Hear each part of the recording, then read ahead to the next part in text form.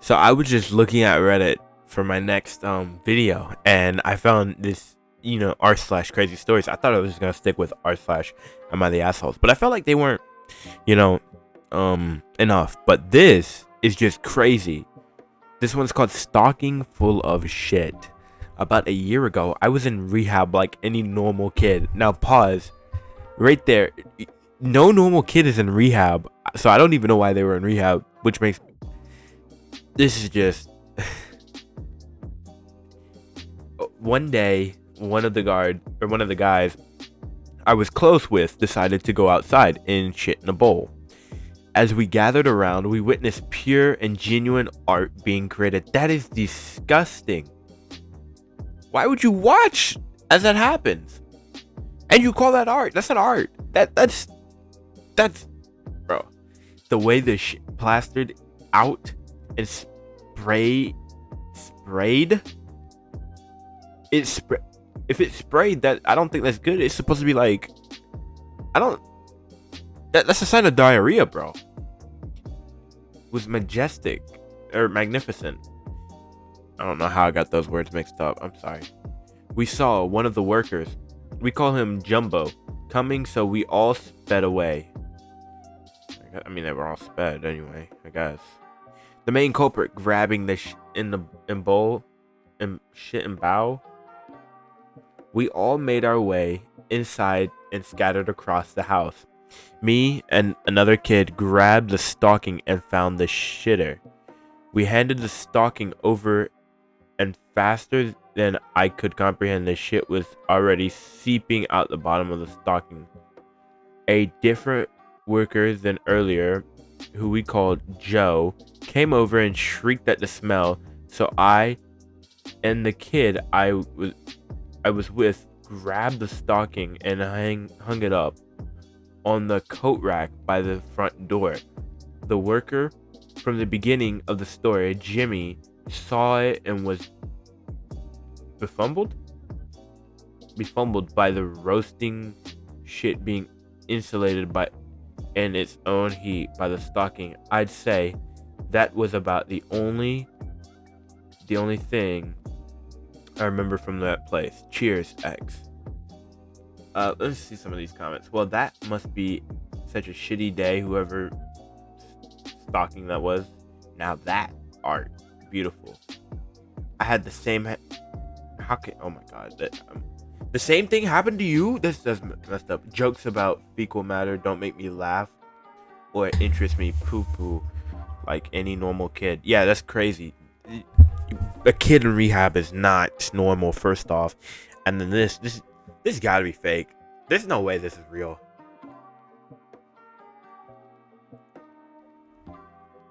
I genuinely don't know how to feel about this one. Okay, so this next one is called also on r slash crazy stories. All this for a hole in a bumper. The background is my friend ran into a trash can and she didn't want her dad to find out, so she called me. Well, we didn't. She called me. Well, we didn't know when her dad was to come home, so we grabbed tape, paint, and cardboard. So we get it taped and patched. Her dad pulled down the street and she tells me to run. Well, she had my keys and I couldn't get away, as Tom, what I'm gonna call him, pulls up and says, what you doing here, lad? I calmly said, trying to think of an excuse, is D here? Yes, follow me. So what brings you to my daughter? And I reply, trying to get my project from her. This is where she told me to find her. I was too scared he was gonna beat me up, and D goes along with my story, and he pulls me into the garage and is convinced that the other reason that I'm there is because I have a crush on her, which can't be farther from the truth. He tells me it not good. I guess it's not good to waste my time for disposable girls like that, and users me out. Oh, ushers? I think it meant ushers me. I don't know. Whatever, me out the garage. While I look at the bumper that looks 100% normal while still not having my keys, I got them back 10 minutes later when she threw them back at me to try to get me out ASAP, and I did. What? I mean, this probably makes sense to some people, but this doesn't make sense to me. Maybe it's just the way my brain's wired, but usually your title is the clickbait part. This was just pure clickbait. It had nothing to. Wait, so you don't have a crush on her, or do you? And he thinks his daughter is disposable? Yeah, like, come on, bro. This story is just all weird and BS. It feels so BS, bro. I don't know. This is not what I expected. Oh, did not mean to close that. Oh well. Okay, so this next one is, I mean, by the title is even worse. I could have nearly burned my house down, all because I wanted buffalo wings for dinner. First off, buffalo wings are not all that, and to burn a house down? Come on, bro. Get out of here. Backstory. So a little backstory where I grew up. There is this restaurant chain based on my hometown, not going to mention it for privacy reasons, which was a pizzeria. Like most pizzerias, they offered chicken wings. So this is where we cue the main story. The most eventful night I had this year. You know what's actually funny is I actually worked at a sub place, and so many people thought this sub place is my actual story. But so many people thought that we had chicken wings, which doesn't make sense to me. Like, if you don't see it on the menu, we just don't have it. We had like, bro, 3 people a day would come in there for like a week straight, asking if we had chicken wings. I'm like, no. But back to the story. The most eventful night I had this year. So one, my dad's coworker, they worked for a company which develops eye medical stuff. In case you were wondering, brought in, I guess brought in buffalo wings for lunch, and he gave them to my dad for me. I could have had chicken nuggets or just normal chicken meat to eat for dinner at around 5:10. My dad picked me up from my grandpa's house. I do that.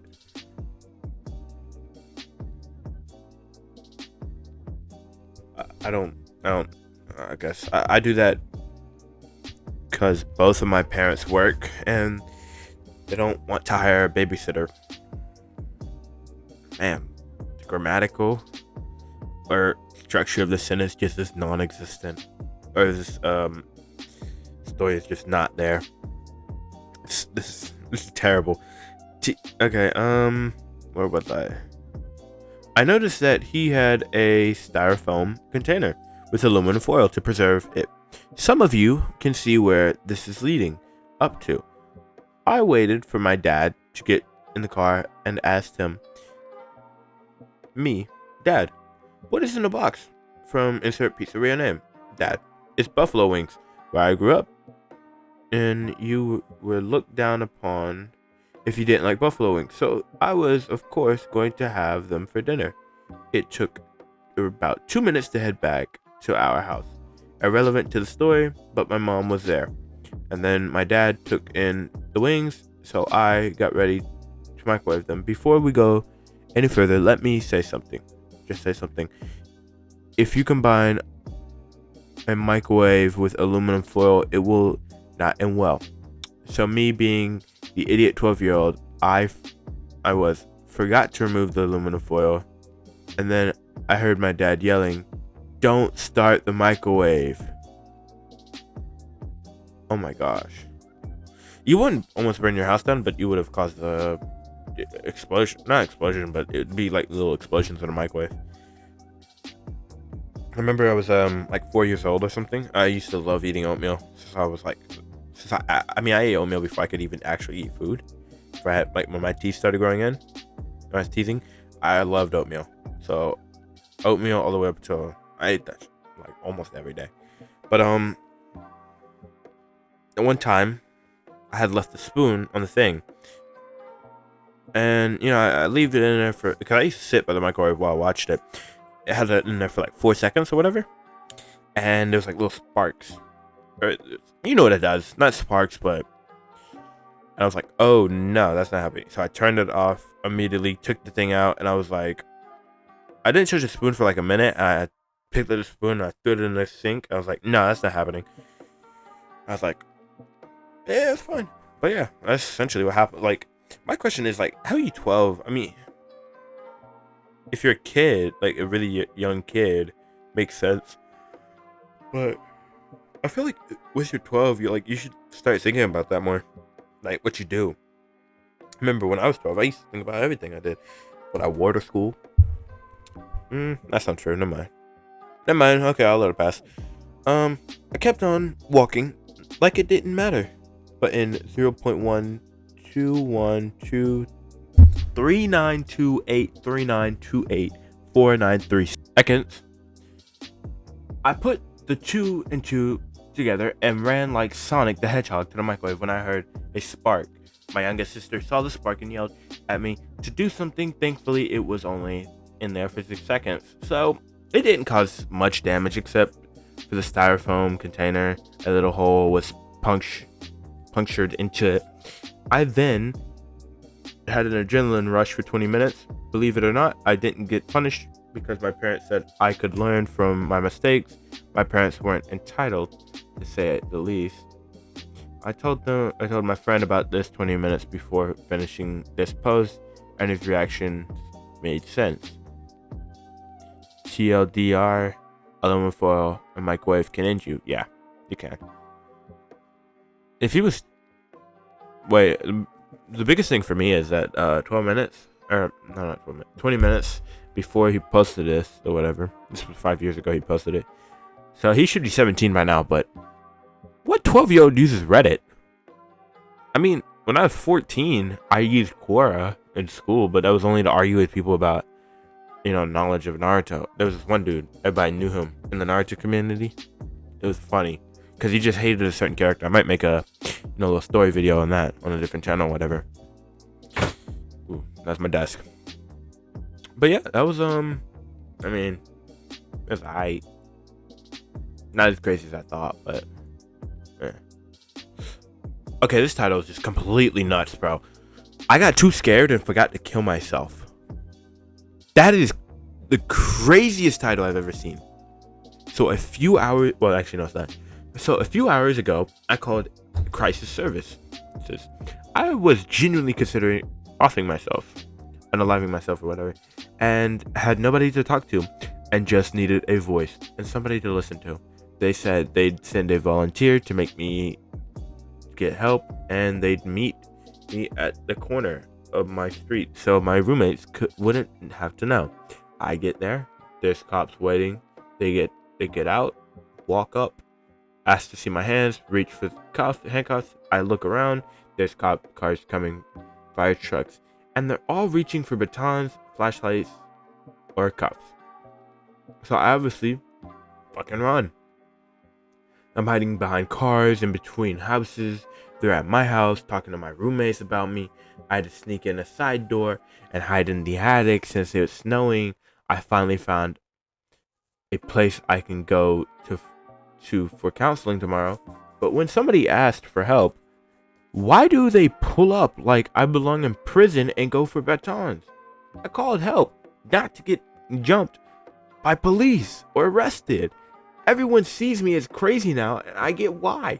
I just wish they would see it through my eyes, not belittling me for it.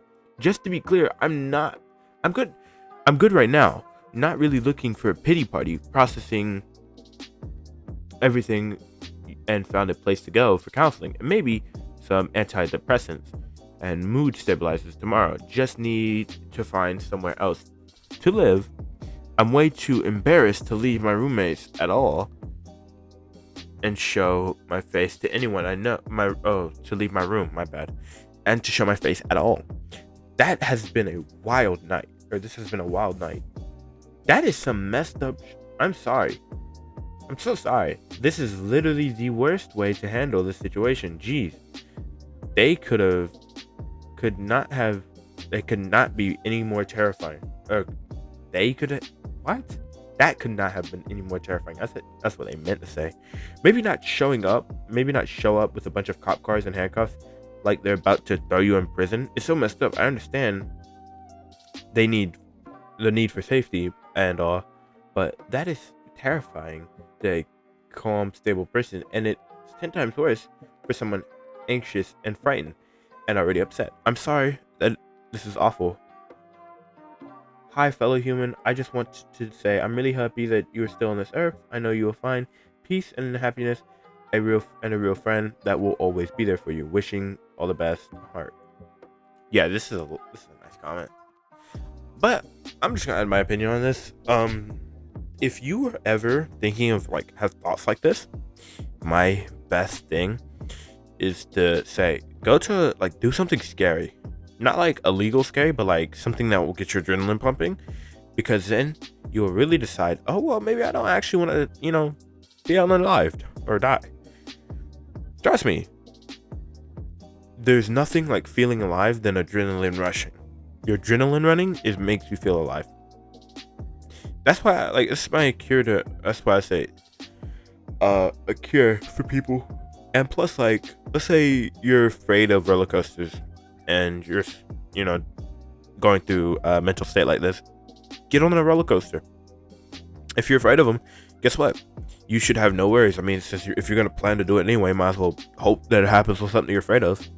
The moment you're gonna see how scared you get, and then you're going to realize you actually enjoy living. You might not enjoy being in a situation, but you might enjoy living. So that's my take on this. I hope nobody has to actually. I hope we get to a point in time that when nobody actually feels this way. But I think most of this comes from like the environment we're in and the foods that we eat. The food actually is, I think, 80% of all your mood. So if you have a terrible mood imbalance, check the food that you eat. Just saying. And yeah, that's it. Have a good or thank you for watching. Please like, subscribe, and yeah, have a good rest of your day. Bye.